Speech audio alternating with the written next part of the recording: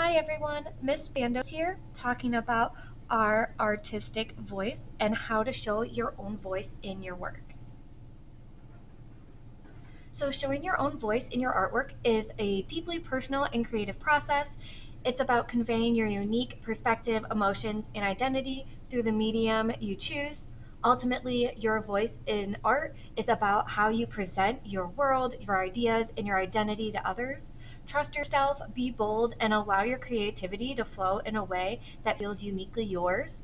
Your artwork will naturally evolve into a reflection of your inner voice. Here are some strategies to help you express your own voice in your art. So first, embrace your unique perspective. So draw from personal experiences. Your life, emotions, and experiences can serve as a rich source of inspiration. Think about the moments that have shaped you, your background, culture, and the challenges you faced. Let these elements come through in your work, whether directly or abstractly. Express your emotions. Art is a powerful way to communicate feeling. Don't shy away from expressing joy, sadness, frustration, or wonder. Your emotions can imbue your work with authenticity. So this work by Vincent van Gogh, Starry Night, that he made in 1889, was the view from the window in his asylum. Um, and all of his brushstrokes are expressing emotion and showing direction. He has very expressive brushstrokes. You also want to develop your signature style, so experiment with different techniques, explore various mediums, brushstrokes, colors, and compositions until you find the technique that feels most natural to you. Over time, you'll begin to develop a style that feels like your own. Consistency, once you discover your visual language, the colors, textures, and compositions that resonate with you, continue using these elements in your artwork. This helps build your personal style and voice, making your work instantly recognizable. You can use Google Arts and Culture to help you look at different artistic styles that have gone throughout time. And here are a few examples here. So you could do post-impressionism, modernism, cubism, pop art, realism. There are so many different styles that you could use as inspiration. So tell a story. So incorporate narrative. Even abstract or non-representational work can tell a story or convey an idea. Think about the underlying themes you want to express, whether it's your relationship with nature, society, or your inner world. Craft a visual narrative that communicates that story through symbols, colors, and forms. Use symbolism. Symbols can be powerful tools to communicate your message. Choose images, motifs, or colors that have personal significance and allow them to become part of your artistic language.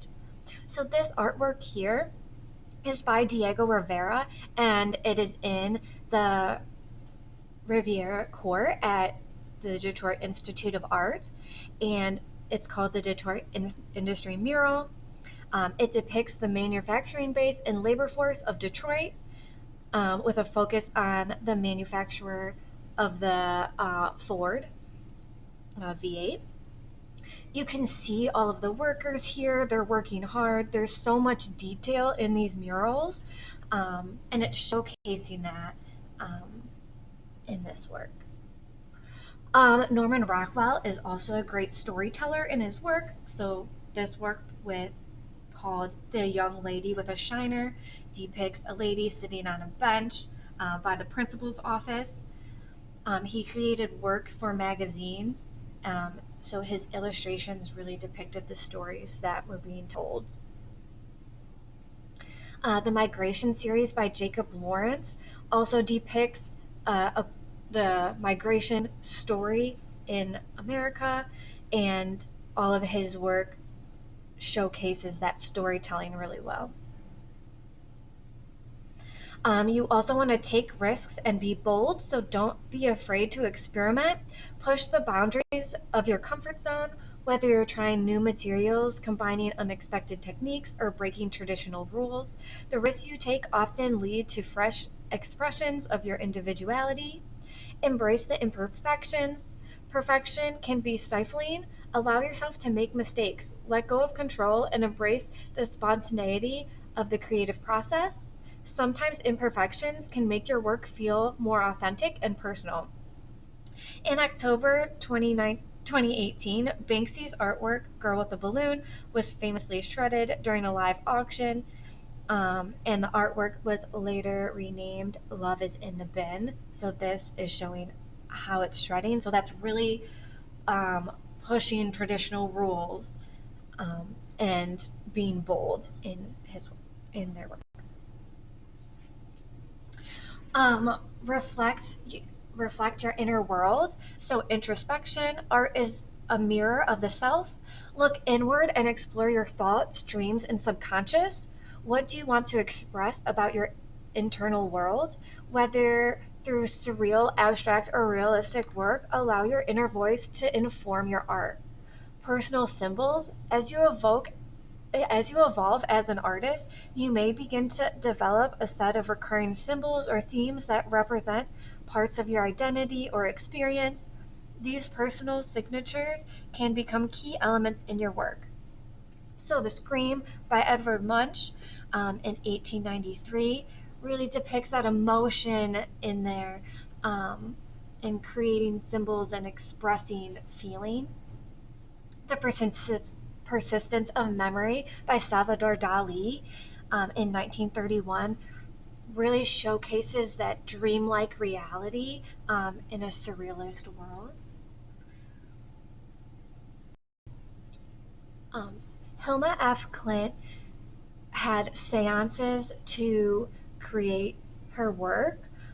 So these works were inspired by the ghosts, and you can't always tell that from looking at the piece, but thinking about what else could be going on in your work. How can you showcase that in your work? So Wassily Kandinsky had synesthesia, so he could see colors when he heard music, or when he saw colors, he would hear music as well, and so showcase that in his work. You can also use your medium to your advantage, so play with medium and materials.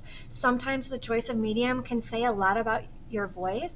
Whether you're working with paint, ink, photography, digital tools, or sculpture, how you use the medium can communicate your message in unique ways. Texture and color, experiment with the textures and colors that resonate with you.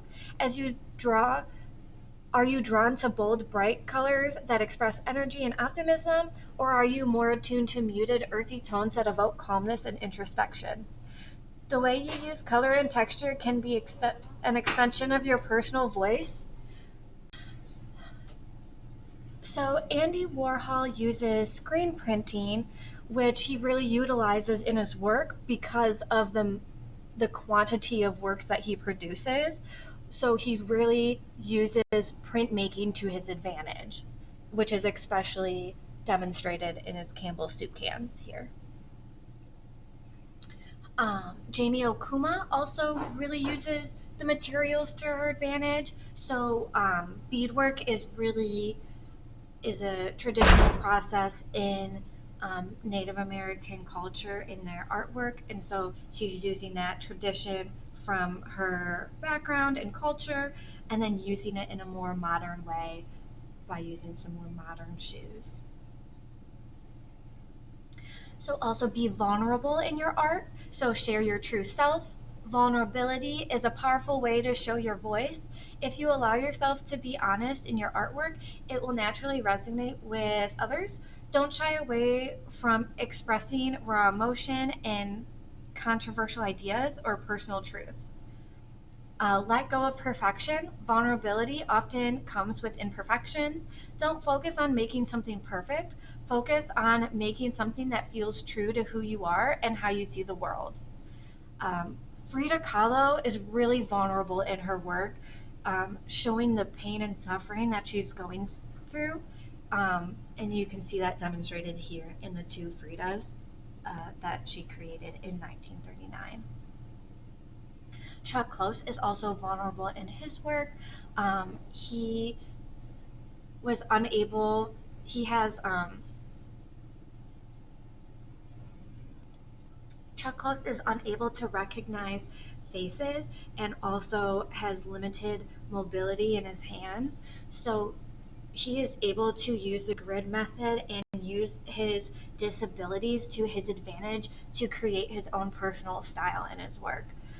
He uses all these colors to start creating the, like, representing all the values in the photograph to be able to demonstrate the work. Create with passion and intention. Stay connected to why you create. Your voice shines through when your art is created with passion and purpose. Whether you're making something for personal fulfillment, social change, or to evoke emotion, ensuring that your intentions are clear and true to your heart will strengthen your voice. Focus on what matters to you. Choose subjects, themes, or concepts that resonate deeply with you. When you're passionate about your work, that energy is felt by others. You can really feel this energy and expression with each brushstroke that, or with each line of art or splatter that Jackson Pollock created in this work.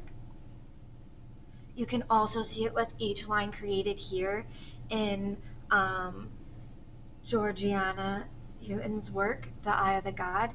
Each line is so expressive, and you can see how they move in different directions. You can feel the passion in her work. Draw influences from diverse sources, so look to a wide range of inspirations. Your voice is not just a product of your immediate environment, it's influenced by everything around you.